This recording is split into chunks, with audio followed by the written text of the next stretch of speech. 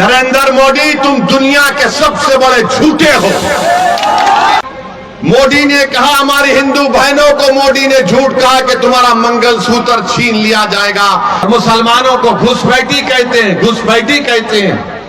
Parliament में 10 मरतबा 10 साल में सवालात पूछे गए, बताओ कितने घुसपैठी भारत में आए। मोदी की सरकार के पास कोई जवाब नहीं था, कोई जवाब नहीं है। 10 मरतबा पूछा गया और बोलते हैं घुसपैठी आए। अरे कहां से आ रहे घुसपैठी? अरे घुसपैठी आ रहे तो मोदी तुम क्या चाय पीकर सो रहे थे? रोकना था उनको। नरेंद्र मोदी जी सुनो, घुसपैठी कहां पर है मैं तुमको बताता हूं। लद्दाख में 2000 स्क्वायर किलोमीटर पर चाइना की फौज भारत की जमीन पर कब्जा करके बैठी है। अरे मोदी, तुम में दम है तो बोलो चाइना के खिलाफ। तुम कमजोरों को बदनाम करते हो, मुसलमानों को घुसपैठी कहते हो। अरे मोदी, अगर ताकत है तो बोलो चीन कब्जा करके बैठा है। नहीं बोलेंगे चीन के खिलाफ, चाइना के खिलाफ बोलेंगे तो इनके पेट में दर्द शुरू हो जाएगा। अरे आप देश के वजीर आजम हैं, आप किसी चौपाल के नेता नहीं हैं। आप सबके वजीर आजम की बात करना चाहिए था। और बोलते हैं कि हम बच्चे ज्यादा पैदा करते हैं। नरेंद्र मोदी, क्या आपके 6 भाई नहीं हैं? अमित शाह की 6 बहनें नहीं हैं? क्या रविशंकर प्रसाद की 7 भाई बहन नहीं है? मगर दिखता कौन? मुसलमान ज्यादा बच्चे पैदा कर रहे हैं। अरे झूठ बोल रहे हो तुम। जब बाबरी मस्जिद के अंदर घुसकर उसकी बेहुरमती की गई, ताले खोले गए, तो कौन मुख्यमंत्री थे, प्रधानमंत्री थे? बताओ मेरे अजीज दोस्तों और बुजुर्गों, फसादात हुए। भागलपुर का फसाद हुआ। अगर भागलपुर के उस गोभी के खेतों को अल्लाह जबान देगा तो सोनता की सरजमीन पर आज खड़े होने वाले लोगों से कहेगा कि सुनो, हमको काट कर दफना दिया गया और हमारी लाशों के ऊपर गोभी को उगा दिया गया। किसकी सरकार थी? जब मेरी थी, मैं मुख्यमंत्री था। आज आपको बता रहा हूं कि आज अगर ये समझ रहे हैं कि ये अंधेरा खत्म हो जाएगा फिरका परस्ती का, नहीं मेरे भाई, ये रात बड़ी लंबी रहने वाली है। ये रात बड़ी लंबी रहने वाली है। अगर मैं तुम्हारे सामने झूठ बोलकर चला जाऊंगा तो बड़ी नाइंसाफी होगी। इस रात को अगर हमको खत्म करना है, इस अंधेरे में अगर उजाला करना है, एक ही चीज कर सकती है पूरे भारत में। मैं पूरे भारत के मुस्लिम अक़लियत की बात कर रहा हूं। अगर तुम इस फिरका परस्ती के अंधेरे में रोशनी चाहते हो, अगर तुम ये मुस्लिम नफरत को खत्म करना चाहते हो, अगर तुम अपनी इबादत गाहों की हिफाजत करना चाहते हो, अगर तुम सामाजिक न्याय चाहते हो, तो याद रखो, कोई पार्टी नहीं करेगी। तुमको शमा जलाना पड़ेगा और वो शमा तुमको अपने खून पसीने से जलाना पड़ेगा। और इत्तेहाद की निशानी पर अगर तुम शमा जलाओगे, ये अंधेरा छटना शुरू हो जाएगा। वरना याद रखो, ये चुनाव हो जाएगा, फिर अखलाक मारा जाएगा, फिर पीलू खान मारा जाएगा, फिर जुनैद और नसीर को जिंदा जला दिया जाएगा, फिर बुलडोजर से घर तोड़ा जाएगा, फिर कोई जुलूस में निकलकर मदरसे को जला देगा। अगर तुम सियासी ताकत बनोगे, इत्तेहाद पैदा करोगे, अपनी क़ियादत को बनाओगे, तो ये अंधेरा खत्म होगा। ये अंधेरा उसी वक्त खत्म होगा। मेरी इज्जतदार मां और बहनों, मैं आपको पूरी जिम्मेदारी के साथ आपके सामने अर्ज कर रहा हूं। वरना यही हम किसी के पैर का फुटबॉल बने हैं। कभी कांग्रेस, तो कभी राजद, तो कभी नीतीश कुमार। अरे बताओ, फिर हमारी तकालीफ, हमारे हुकूक का कैसे हासिल होंगे? मेरे अजीज दोस्तों और बुजुर्गों, मैं कल नरेंद्र मोदी का भाषण सुना और भाषण में नरेंद्र मोदी ने धमकी दी भारत के मुसलमानों को। क्या कहा भारत के प्रधानमंत्री ने? कि हम बच्चे ज्यादा पैदा करते हैं, हम घुसपैठी हैं। नरेंद्र मोदी ने कहा कि दौलत लेकर हमको बांट दी जाएगी।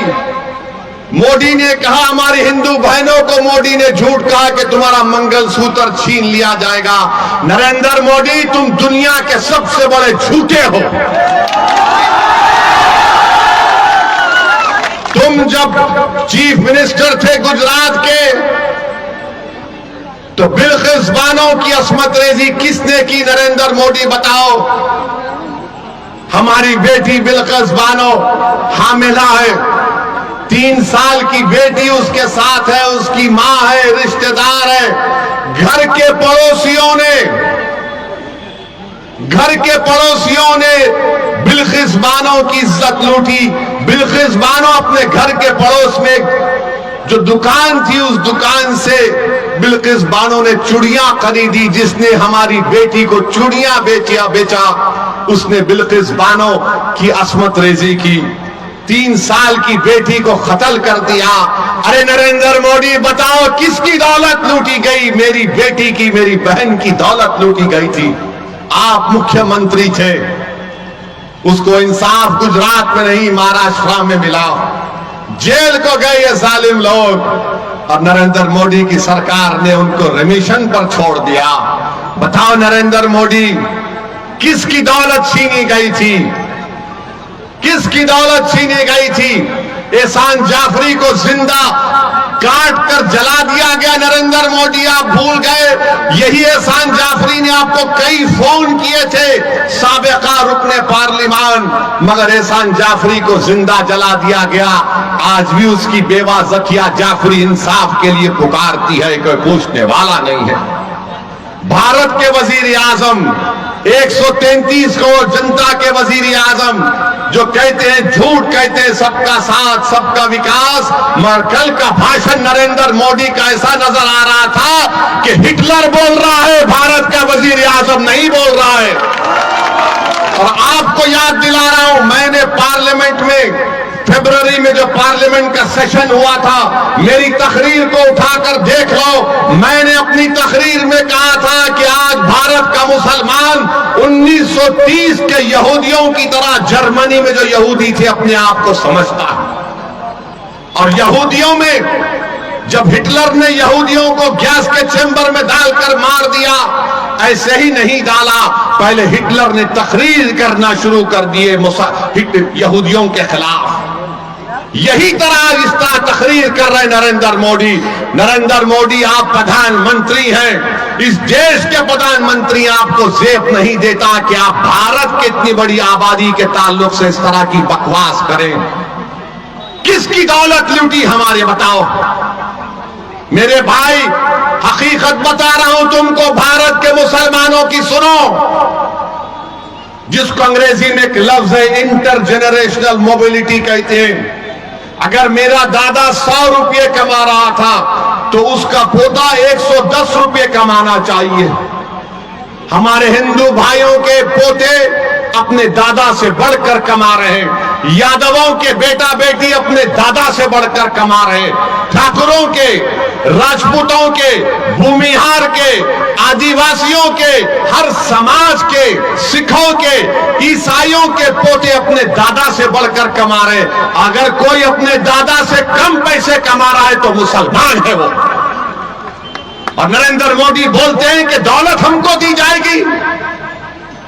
कितना झूठ कह रहा है भारत का प्रधानमंत्री लेकर इस तरह की बात वजीर आजम करते हैं। अरे आप देश के वजीर आजम हैं, आप किसी चौपाल के नेता नहीं हैं। आप सबके वजीर आजम की बात करना चाहिए था।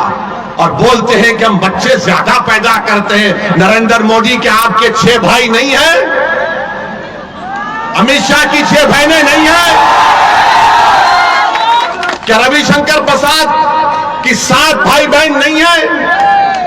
मगर दिखता कौन? मुसलमान ज्यादा बच्चे पैदा कर रहे हैं। अरे झूठ बोल रहे हो तुम। तुम्हारी गवर्नमेंट का आदादोशुमार डेटा कह रहा है कि मुस्लिम हमारी बेटियों का जो फर्टिलिटी रेट है उसमें कमी आई है। मगर ये पुरानी आदत, ये बच्चे पैदा कर रहे हैं, ये बच्चे पैदा कर रहे हैं। नरेंद्र मोदी जी क्यों इतना झूठ बोलते? आदादोशुमार तो देख लो तुम्हारी। और मुसलमानों को घुसपैठी कहते हैं, घुसपैठी कहते हैं। पार्लियामेंट में 10 मरतबा 10 साल में सवालात पूछे गए, बताओ कितने घुसपैठी भारत में आए। मोदी की सरकार के पास कोई जवाब नहीं था, कोई जवाब नहीं है। 10 मरतबा पूछा गया और बोलते हैं घुसपैठी आए। अरे कहां से आ रहे घुसपैठी? अरे घुसपैठी आ रहे तो मोदी तुम क्या चाय पीकर सो रहे थे? रोकना था उनको। नरेंद्र मोदी जी सुनो, घुसपैठी कहां पर है मैं तुमको बताता हूं। लद्दाख में 2000 स्क्वायर किलोमीटर पर चाइना की फौज भारत की जमीन पर कब्जा करके बैठी है। अरे मोदी तुम में दम है तो बोलो चाइना के खिलाफ। तुम कमजोरों को बदनाम करते हो, मुसलमानों को घुसपैठी कहते हो। अरे मोदी अगर ताकत है तो बोलो चीन कब्जा करके बैठा है। नहीं बोलेंगे चीन के खिलाफ, चाइना के खिलाफ बोलेंगे तो इनके पेट में दर्द शुरू हो जाएगा। मगर एक भारत का प्रधानमंत्री रहकर सबसे बड़ी अक़लियत को रुसवा करने के लिए इस तरह का भाषण देते हैं। अफसोस होता है नरेंद्र मोदी के तुम भारत के वजीर आजम हो। किस तरह की वाहियात बात आपने की। अरे तुम्हारा झगड़ा किसी पार्टी से झगड़ा करो, मुखालिफत करो, मगर तुम भारत के वजीर आजम हो जिसमें 17 करोड़ मुसलमान हैं। इस तरह हमको जलील और रुसवा करेंगे कि बच्चे पैदा करते हैं। अच्छा आपको बता रहा हूं, हायर एजुकेशन में, आला तालीम में 1,80,000 मुसलमान गायब है, नहीं है। कहां चले गए मोदी? ये क्यों मुसलमान हायर एजुकेशन से चले गए? बताओ, नहीं बता पाएंगे। तुमने स्कॉलरशिप के पैसे खत्म किए, क्यों खत्म किए? हज की सब्सिडी थी, तुमने निकाला, अच्छा किया, मगर उसके पैसे हमारी बच्चियों की तालीम को देना था, नहीं देते। आपको मालूम दिल्ली में एक सुनहरी बाग की मस्जिद है, 200 साल पुरानी मस्जिद है, और जब कभी प्रधानमंत्री की गाड़ी जाती है उस रास्ते से, अगर जोहर का वक्त होगा तो उस वक्त जोहर की नमाज उस मस्जिद में नहीं होती।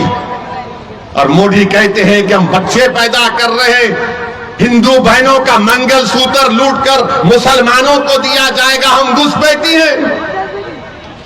मोदी जी सिखा नहीं तुमने 6 दिसंबर से कुछ, मगर बदनाम किया जा रहा। और याद रखो नरेंद्र मोदी जानते हैं सियासत को, इसीलिए बोल रहे हैं। अब आप और हम क्या करेंगे? क्या ओवैसी एक जज्बाती तकरीर करेगा और तुम जिंदाबाद नारे तकबीर के नारे मारकर घर जाकर सो जाओगे? नहीं। मैं आपसे इसलिए कह रहा हूं कि अब तब्दीली लाओ मेरे भाई, जागो मेरे भाई, उठो। ये वक्त उठकर अपने हक के लिए लड़ने का है। तुम ये समझे कि तुम्हारी लड़ाई यादव लड़ेंगे, तुम्हारी लड़ाई नीतीश कुमार लड़ेगा। अरे तुम्हारी लड़ाई कोई नहीं लड़ेगा। तुमसे सिर्फ वोट लिया और सत्ता में आ गए। अगर घर किसका जला तो मेरा जला, बेटा किसी का मरा तो मेरा बेटा मरा, किसी की बेटी की अस्मत लूटी गई तो मेरी बेटी की अस्मत लूटी गई, किसी इबादतगाह को तोड़ा गया तो मेरी इबादतगाह को तोड़ा गया। अरे मुझे बेबस कर दिया गया। ये तो अपने इख्तिदार के महलों में आराम से सो रहे। बताओ तुमने क्या हासिल किया? तुमने क्या हासिल किया? सोचो मेरी इस बात को। ये वक्त उठने का है, याद रखो। अगर आज आप नहीं उठेंगे, मैं सिर्फ सोनता की सरजमीन पर आज हजारों की तादाद में आप खड़े उनसे मुखातिब नहीं हो, बल्कि जहां कहीं भी अल्लाह अपने फजल करम से मेरी आवाज को पहुंचाएगा, मैं उनसे कह रहा हूं उठो। मैं मर जाऊंगा, मैं मरने को तैयार हूं, मगर बताओ इन बच्चों का क्या होगा जो आज उम्मीद लगाकर बैठे कि कल मुस्तकबिल हमारा होगा। मैं बार बार कह रहा हूं, इसीलिए बदनाम हो जाता हूं। लोग मेरी जबान से निकले अल्फाज को समझते हैं कि मैं नफरत को फैला रहा हूं। मैं किसी मजहब के खिलाफ ना था, ना कभी रहूंगा। मैं किसी हिंदू के खिलाफ नहीं था, मैं किसी दलित के खिलाफ नहीं था, मैं किसी आदिवासी के खिलाफ नहीं हूं। मैं कैसे किसी का खिलाफ हो सकता हूं जब मेरे रब की किताब का पहला जुमला क्या है? अरहमर राहिमीन। मैं कैसे किसी का खिलाफ हो सकता हूं? यकीनन मैं एक मुसलमान हूं, मैं किसी का खिलाफ नहीं हूं। मैं अपनी हक की बात कर रहा हूं, मैं अपनी आवाज को पैदा करने की बात कर रहा हूं। अगर नरेंद्र मोदी खड़े होकर कह सकता है कि मैं भारत के ओबीसी का नेता हूं, तो क्या अख्तरुल ईमान गए गुजरा अख्तरुल ईमान खड़े होकर नहीं कह सकता कि मैं सीमांचल का नेता हूं? बताओ, मेरे सवाल का जवाब दो। क्या अख्तरुल ईमान खड़े होकर नहीं कह सकता कि मैं सीमांचल का नेता हूं? बताओ आप, क्या अख्तरुल ईमान नहीं कह सकते कि वो सीमांचल के नेता हैं?